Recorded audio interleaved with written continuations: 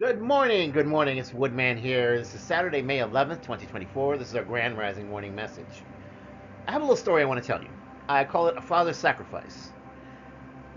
In the depths of a tumultuous night, I found myself ensnared within the clutches of a harrowing dream.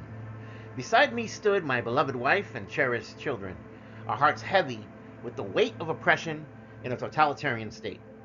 With each passing moment, the shadows of tyranny loomed ever closer, threatening to extinguish the flicker of hope that burned within us.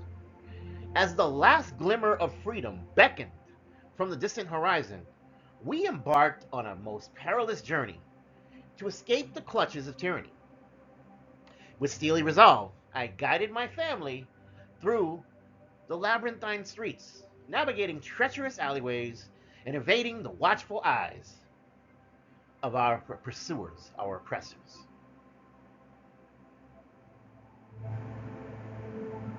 At the port, amidst the chaos of departing vessels, we stood at the precipice of salvation. With bated breath, I orchestrated a daring maneuver, smuggling my beloved wife and children aboard the last ship, bound for sanctuary, for the promised land. Their safety became my singular purpose because it represented to me a beacon of light amidst the encroaching darkness. Yet, as fate would have it, our flight did not go unnoticed. A relentless pursuit ensued, a cacophony of footsteps echoing through the labyrinth of my subconscious. With unwavering determination, I made the ultimate sacrifice, drawing the attention of our pursuers upon myself, a sacrificial lamb in the face of what was certain to be impending doom. Surrounded by adversaries, I stood resolute, a solitary figure amidst the maelstrom of chaos. With each blow delivered by foe, I bore the brunt of their wrath, my body a canvas on which the horrors of tyranny were etched in crimson hues. In the crucible of agony, I found solace in the knowledge that my sacrifice had ensured the safety of those I held oh so very, very much dear. As consciousness waned and darkness enveloped my senses, I embraced the serenity of surrender, a martyr to the cause of love and liberation. Though my body lay battered and broken, my spirit soared with the whispered promise of a brighter dawn, where the echoes of oppression would fade into the annals of memory, and the bonds of familial love would endure, unbroken and eternal. That ends my story, everyone. And what I'd like to tell you is that this is not a story I just decided to sit down and say, you know what, I'm going to become a fiction writer. I'm going to write the story right here and now. It actually was my dream last night. Yes, everything that I described was what took place in my dream last night. And at the point at which I lost consciousness, faded to black as they were crushing me, bones breaking, and organs being crushed with kicks and stomps and any type of cruelty that they could inflict on me at the time. I just became incredibly sad. I began to weep, but it was weeping of both pain, but also happiness that my family had survived.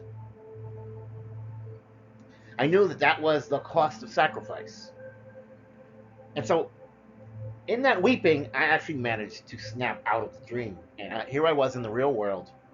I think it was about maybe 3:15 in the morning, and I'm just sitting there on my pillow weeping, and I just was thinking to myself, "Wow, that was a powerful, powerful dream." It's just in those final moments when a crowd of pursuers just converged on me, as if they were everywhere. There were so many of them; it was countless, and there was nothing that I could do. Now, keep in mind that I've had dreams of all different kinds over the years.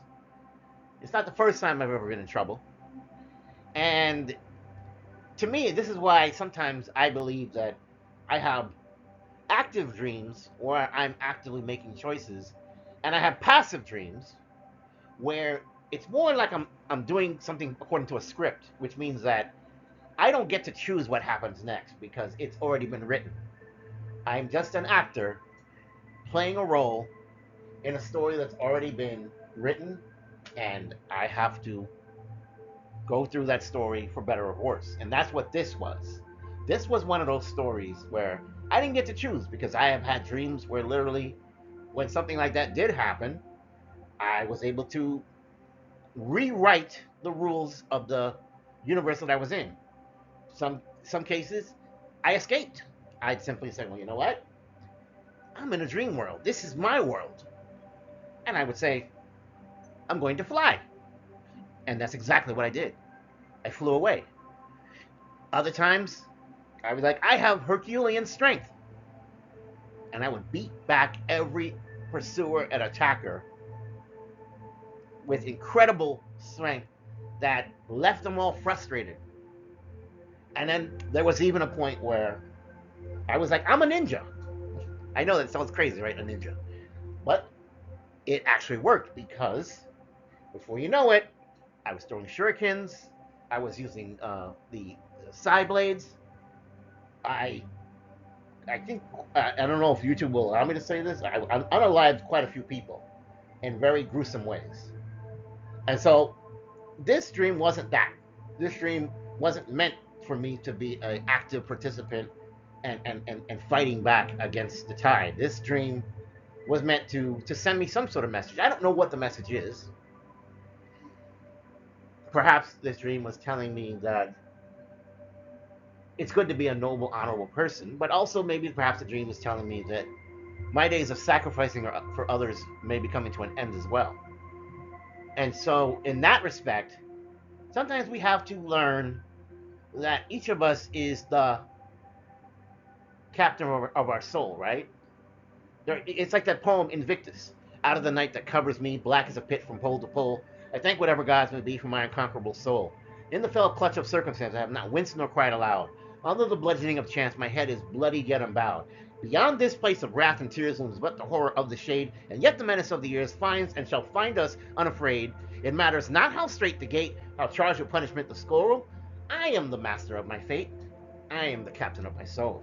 And the point of this poem, which is a tale of remarkable fortitude, courage, even under really bleak odds, is that each of us is in charge of the ship that we're steering, and we can't really go around steering the ships of others, right? Every other person has their own destiny to fulfill. We have to do our best and live our destiny and fulfill that. So maybe in a sense, I'm coming to a point where I've started to realize that my life of always giving, giving, giving is coming to an end. That this has to be an era of me, an era of me going forward without any reservations, without being caught in the past, without thinking about mistakes I made in the past, and going forward into new beautiful adventures and a life well worth living. Anyways, thank you for putting up with my musings for these past few minutes, and I thank you again. Please like, share, and subscribe. Please support this channel. I love you. Have a wonderful day.